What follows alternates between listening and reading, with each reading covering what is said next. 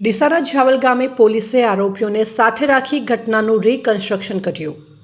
આ હત્યા કેસની વિગતો જોઈએ તો 6 દિવસ અગાઉ ગણેશભાઈ પટેલ પોતાના માસીના ઘરે લગ્ન પ્રસંગ પ્રતાવી પોતાના ખેતરે આવી સૂતા હતા। તે દરમિયાન તીક્ષ્ણ હથિયારો વડે માથા અને શરીરના ભાગે ઘા મારી ગણેશભાઈની હત્યા કરવામાં આવી હતી।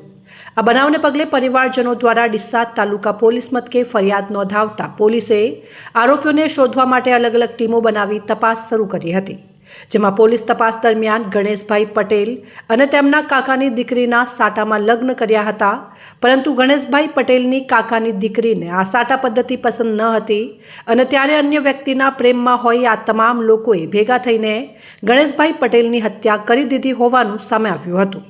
સમગ્ર હત્યા કેસમાં ડીસા તાલુકા પોલીસ દ્વારા ચુસ્ત પોલીસ બંદોબસ્ત વચ્ચે આરોપીઓને આજે રીકન્સ્ટ્રક્શન માટે ઝાવલ ગામમાં લાવવામાં આવ્યા હતા, જ્યાં હત્યા કઈ રીતે કરી હતી, કયા કયા હથિયારો વાપર્યા હતા અને કેવી રીતે હત્યા કરી હતી તે તમામ સાક્ષી અને પંચો સાથે રાખી પોલીસ દ્વારા રીકન્સ્ટ્રક્શન કરાયું હતું।